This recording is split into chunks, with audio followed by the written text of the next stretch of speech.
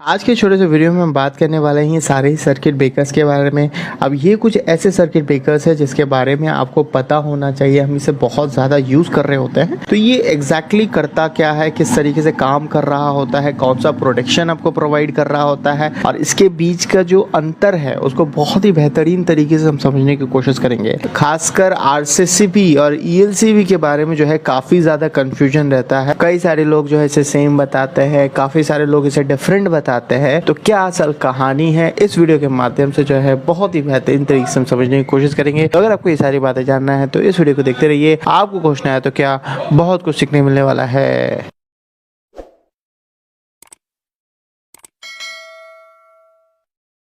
तो ये चीज़ तो मैंने आपको कई बार बताया है कि करंट जो है तभी फ्लो होता है जब सर्किट जो है आपका कंप्लीट होता है। अगर सर्किट को इनकम्प्लीट कर देंगे या सर्किट को ब्रेक कर देते हैं तो आपका जो है करंट फ्लो होना बंद हो जाता है। तो ये जितने भी सर्किट ब्रेकर हैं ये सभी जो है सर्किट को ब्रेक कर सकते हैं और मेक कर सकते हैं। यानी कि जब ये ऑन रहता है तो सर्किट को ये कंप्लीट कर देता है और करंट जो है आपका फ्लो हो सकता है। पर अगर आप इसको ऑफ कर देते हैं, जब ये ऑफ रहता है तो ये सर्किट को ब्रेक कर देता है, आपका सर्किट जो है इनकम्प्लीट हो जाता है और करंट का बहाव को जो है ये रोक देता है। और अगर इसे ऑन ऑफ करना होगा तो इसे दो तरीके से किया जा सकता है। एक तो नॉर्मली हम मैनुअली ऑन ऑफ कर सकते हैं, जिस तरीके से आपके नॉर्मल स्विच बोर्ड में आप स्विचेस होते हैं उसको ऑन ऑफ करते हैं, तो वैसे अपने हाथों की मदद से जो है इसको ऑन ऑफ किया जा सकता है। दूसरा तरीका होता है ये ऑटोमेटिकली, यानी कि खुद से जो है ये ऑफ हो जाता है। खुद से ऑन नहीं हो सकता है, खुद से ये ऑफ हो जाता है। और यही जो अपने आप से ये ऑफ हो जाता है, इसे टेक्निकल भाषा में हम ऐसा कहते हैं कि आपका सर्किट ब्रेकर जो है ट्रिप हो गया। अब ये ट्रिप कब होगा ये टोटली डिपेंड कर रहा होगा कि आप कौन से सर्किट ब्रेकर की बात कर रहे हैं और वो किस तरह का प्रोटेक्शन जो है आपको प्रोवाइड कर रहा होगा। जी हाँ, ये सारे जो सर्किट ब्रेकर है वो किसी न किसी तरह का प्रोटेक्शन जो है, यानी कि सेफ्टी जो है आपको प्रदान करता है।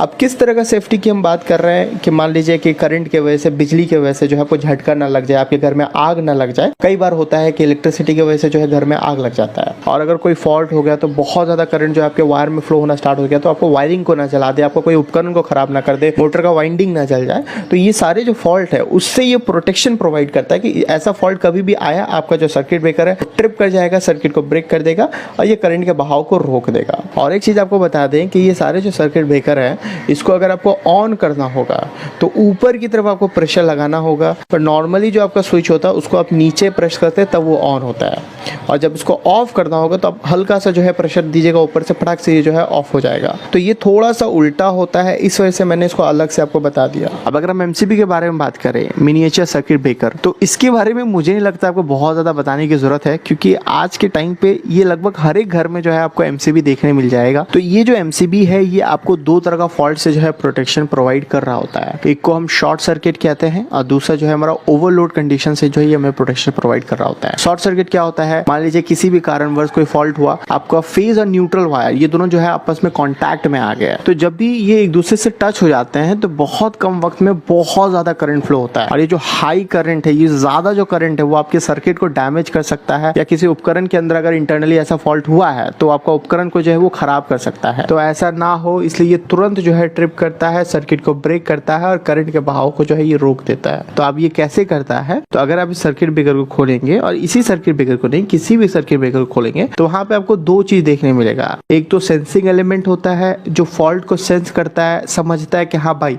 फॉल्ट हुआ है। जैसे इस केस में जो है आपका शॉर्ट सर्किट हुआ है तो उसको समझेगा पहले, हाँ यार शॉर्ट सर्किट हुआ है।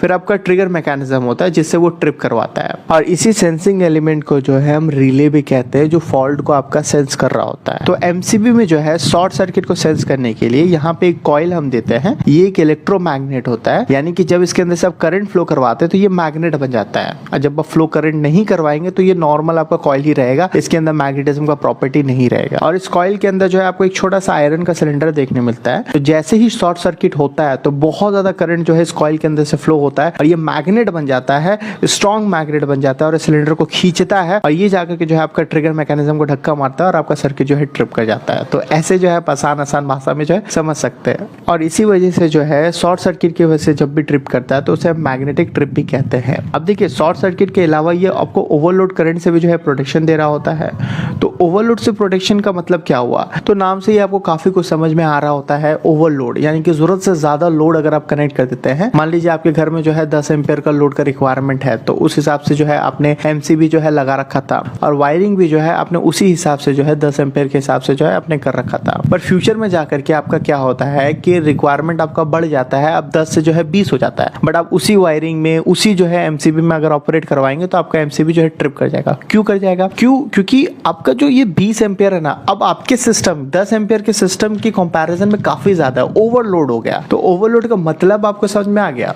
अब देखिए जनरली होता क्या है, आपको कोई भी उपकरण है, कोई भी मोटर है, मान लीजिए वो खराब हो जाता है, उसका बेयरिंग जाम हो जाता है, तो उस वक्त जो है वो 1 एम्पियर की जगह जो है 2 एम्पियर खींचना स्टार्ट कर दिया, और इसे भी जो है हम ओवरलोड की कंडीशन कहते हैं। तो ये जो हाई करंट है ये आपके मोटर के वाइंडिंग को जला सकता है, तो ये एमसीबी जो है आपका ट्रिप होना चाहिए। पर प्रैक्टिकली ना ज्यादातर टाइम जो है ये ट्रिप नहीं होता है। इसके पीछे का कारण 2 है। सबसे पहला कि आप हमेशा गलत रेटिंग का एमसीबी जो है आप अपने घरों में लगा लेते हैं, और आपने अक्सर देखा होगा कि हम सिर्फ एक एमसीबी जो है 32 एम्पियर का एमसीबी मान लीजिए आपने लगा दिया, और आप सोच रहे हो कि भैया ये आपको दोनों तरह का प्रोटेक्शन देगा, पर ऐसा नहीं होता है। क्योंकि ये बात समझिए कि हर वक्त जरूरी नहीं है कि आपके घर में जितने भी लोड है आप सबको ऑपरेट कर रहे होंगे।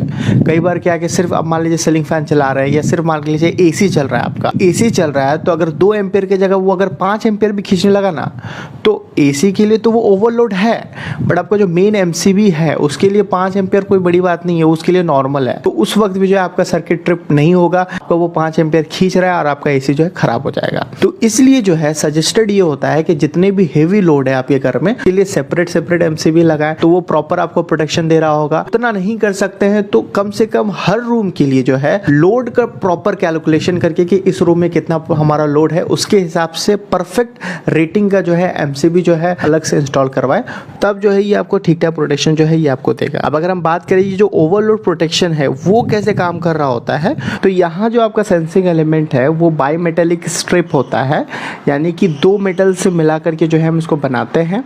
अब ये एक ऐसा मेटल होता है कि जब भी इसके अंदर से करंट फ्लो होता है तो बहुत ज़्यादा हीट पैदा होता है, और ये हीट की वजह से, गर्मी की वजह से नहीं, ये बेंड होना स्टार्ट हो जाता है, और जब ये बेंड होता है तो ये ट्रिगर मैकेनिज्म को जो है खींचता है और वो आपका जो सर्किट ट्रिप हो जाता है। तो सरल भाषा में जो है आप इसको इस तरीके से समझ सकते हैं। और अगर हम एमसीसीबी की बात करें तो एमसीसीबी जो है आपका एमसीबी का ही बड़ा भाई है, आप ऐसा कह सकते हैं। जो भी प्रोटेक्शन आपको शॉर्ट सर्किट और ओवरलोड का जो प्रोटेक्शन आपको एमसीबी प्रोवाइड कर रहा होता है वो एमसीसीबी भी प्रोवाइड कर रहा होता है। तो फिर अंतर क्या आता है? 3-4 अंतर है। तो सबसे पहली बात तो एमसीसीबी जो है वो हाई रेटिंग के लिए भी अवेलेबल होता है, अप टू 2500 एम्प्स का भी अगर आपको चाहिए होगा एमसीसीबी तो आपको मिल जाएगा। दूसरी तरफ अगर हम एमसीबी की बात करें तो वो मैक्स टू मैक्स 100 एम्पियर का जो है आपको एमसीबी मिल जाएगा। अगर आप चाहते हैं कि 200 एम्पियर का एमसीबी आपको मिल जाए तो नहीं मिलेगा, उसके लिए जो है आपको एमसीसीबी यूज करना पड़ेगा। प्रोटेक्शन जो है आपको दोनों में ही जो है सेम देखने मिल जाएगा। कुछ चीजें जो है आपको एक्स्ट्रा यहाँ पे देखने मिलता है, जैसे कि शन ट्रिप। शन ट्रिप क्या है कि आप इसे वायर कट करके जो है कहीं दूर जो है ले जा करके आप इसको रिमोटली कंट्रोल कर सकते हैं, यानी कि कहीं दूर बैठे हुए जो है वहां से आप ऑन ऑफ करेंगी, आप इसको ऑपरेट कर पा रहे होंगे। ये चीज जो है आपको एमसीबी में देखने नहीं मिलता है। और एक चीज आपको बता दें कि अगर आप एमसीसीबी का रेटिंग देखेंगे तो वो हमेशा रेंज में दिया हुआ रहता है। अगर 200 एम्प्स का अगर आप एमसीसीबी खरीदते हैं तो उसको जो है आप कम भी कर सकते हैं। वहां पे जो है आपको एक सेट पॉइंट मिल जाता है जिसकी वजह से जो आप एडजस्ट कर पाते हैं, उसको कम कर पाते हैं। तो ये एक बहुत अच्छा ऑप्शन मिल जाता है आपको एमसीसीबी में, चूंकि आपको एमसीबी में ऐसा कुछ ऑप्शन नहीं मिलता। वहां पे अगर आप 16 एम्पियर का या 32 एम्पियर का या 5 एम्पियर का एमसीबी ले रहे हैं तो वो फिक्स्ड है भैया, उतना ही होगा। बट यहाँ पे 200 ले रहे हैं तो आप उसको 100 भी बना सकते हैं। तो ये एक अच्छा ऑप्शन मिलता है। और अगर हम ईएलसीबी और आरसीसीबी के बारे में बात करें तो ये दोनों ही जो है आपको इलेक्ट्रिक शॉक लगने से जो है आपको बचा रहा होता है, लीकेज करंट से जो है आपको प्रोटेक्शन दे रहा होता है। इसका क्या मतलब होता है? इसका मतलब ये होता है कि मान लीजिए किसी भी उपकरण में अगर कोई फॉल्ट हो जाता है, उसका फेज वायर जो है आपके बॉडी से टच हो जाता है, तो उस वक्त अगर मान लीजिए उसके बॉडी को आप टच करते हैं तो आपको झटका मार सकता है, आपको शॉक मार सकता है। तो ये फेज वायर से जो करंट लीक हुआ है ना, उसकी वजह से हुआ है। तो जैसे ही ये करंट लीक होता है तो ये जो सर्किट ब्रेकर है वो ट्रिप हो जाता है। अब देखिए हर वक्त ट्रिप नहीं होगा, इसमें भी जो है आपका डिफरेंट जो है आपका रेटिंग में आपको देखने मिल जाता है। जनरली 3 होता है, 30 milliampere, 100 milliampere and 300 milli ampere.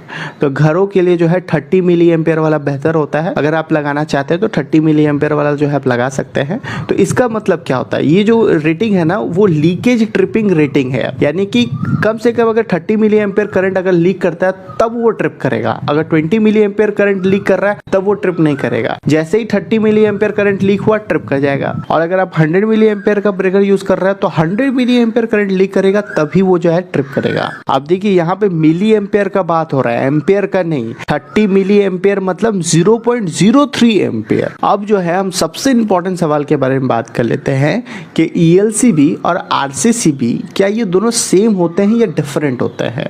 हालांकि मैंने आपको बताया कि ये दोनों ही जो है आपको लीकेज करंट से जो है प्रोटेक्ट कर रहे होते हैं, आपको शॉक लगने से जो है बचा रहे होते हैं। तो क्या ये सेम होते हैं या डिफरेंट होता है? देखिए डायरेक्ट मैं आपको बताऊं तो ये दोनों जो है सेम होते हैं, इनमें कोई अंतर नहीं होता है। ELCB यानी कि अर्थ लीकेज सर्किट ब्रेकर ये दो प्रकार का होता है, एक को वोल्टेज ELCB हम कहते हैं और दूसरा जो है हमारा करंट ELCB होता है। और ये दोनों ही जो है सेम काम कर रहा होता है पर इसका काम करने का तरीका डिफरेंट होता है। वोल्टेज ELCB में जो है फेज न्यूट्रल के अलावा भी जो है दो टर्मिनल आपको मिल जाता है, एक को हम अर्थ के साथ कनेक्ट कर देते हैं और दूसरा जो टर्मिनल है वो आपके उपकरण की जो मेटालिक बॉडी है उसके कांटेक्ट में दे देते हैं। तो कभी भी मान लीजिए अगर फॉल्ट होता है इंटरनली जो है, अगर आपका फेज वायर जो है उसके बॉडी से टच हो रहा होता है तो उसके बॉडी में कुछ वोल्टेज आ गया, पोटेंशियल आ गया और ग्राउंड के रेस्पेक्ट में वो ज्यादा वोल्टेज में है, तो ये जो वोल्टेज डिफरेंस है इस वोल्टेज की वजह से जो है आपका ये जो ELCB जो है ट्रिप हो जाता है। इसी वजह से इसको वोल्टेज ऑपरेटेड ELCB भी हम कहते हैं और वोल्टेज ELCB इन शॉर्ट हम इसको बोलते हैं। और दूसरा जो करंट ELCB है इसमें दो टर्मिनल होता है, फेज और न्यूट्रल। तो ये क्या करता है कि जो फेज से जो करंट भेज रहा है उतना ही हमें न्यूट्रल में वापस मिल रहा है कि नहीं